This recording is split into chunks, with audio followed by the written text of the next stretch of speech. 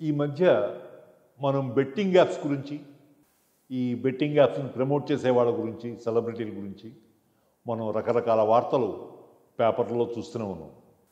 అసలు జోదం ఆడటం ఎంత ప్రమాదమో తెలుసా? జోదం ఏ రకంగా ఆడినా, అది కోడి పందాలు కావచ్చు, బెట్టింగ్ కావచ్చు, క్రికెట్ బెట్టింగ్ కావచ్చు, పేకాట కావచ్చు, ఎన్ని రకాలుగా ఉన్నా, ఏ రకంగా ఏ రూపంలో ఆడినా జోదమే, అది ప్రమాదమే.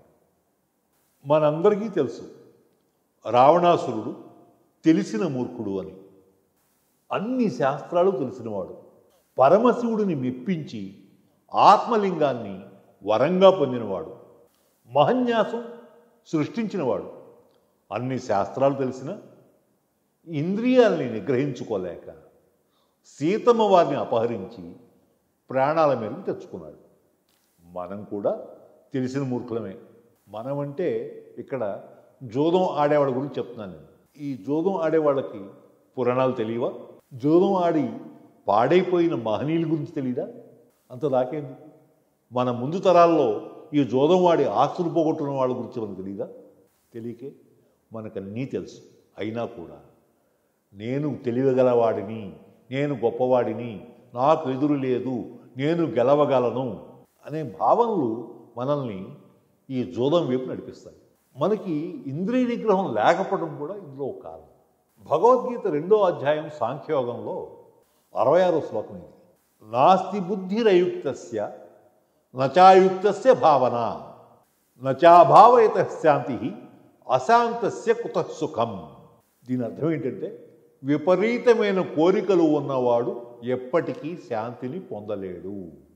అలాగే భగవద్గీత 6వ అధ్యాయం జ్ఞానయోగంలో 5వ శ్లోకం ఇది చెప్తోంది. ఉద్ధరేదాత్మనాత్మానం నాత్మానం అవసాదయే ఆత్మైవ హ్యాత్మనో బంధు ఆత్మైవ రిపురాత్మన. అమూల్యమైన ఈ మానవ జన్మను భోగ విలాసములందు, తప్పుడు పనులందు వ్యర్థము చేయరాదు అని దీని అర్థం. మహాభారతంలో ధర్మరాజు జోదంలో తన మొత్తం సంపదంతా పోగొట్టుకోవడమే కాకుండా పంతం పెరిగిపోయింది.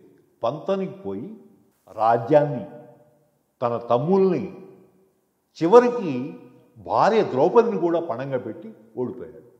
నిండు సభలో ద్రౌపదికి జరుగుతున్న అన్యాయాన్ని 5గురు సమర్థులైన భర్తలు ఉండి కూడా ఆపలేకపోయారు.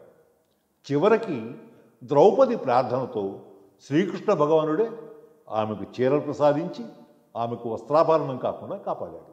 మనకి ఇన్ని పురాణాలు తెలుసు. పురాణంలో పాడిపోయిన వాళ్ళ గురించి విన్నాం. అలాగే మన ముందు తరాల్లో జోదమాడి ఆస్తులు పోగొట్టుకొని ఈరోజు సామాన్య జీవితం గడుపుతున్న వాళ్ళ గురించి మనకు తెలీదా? మనం వాళ్ళని చూడటం లేదా? అసలు మనస్సుని అదుపులో పెట్టుకోవడం చాలా మంచిది.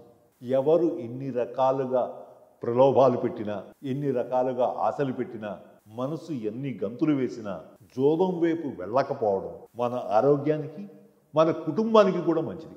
ఈ జోదం మనం ఆస్తులు పోగొట్టుకోవడం ఒకటే కాదు, మనకి చాలా అవలక్షణాలను నేర్పుతుంది.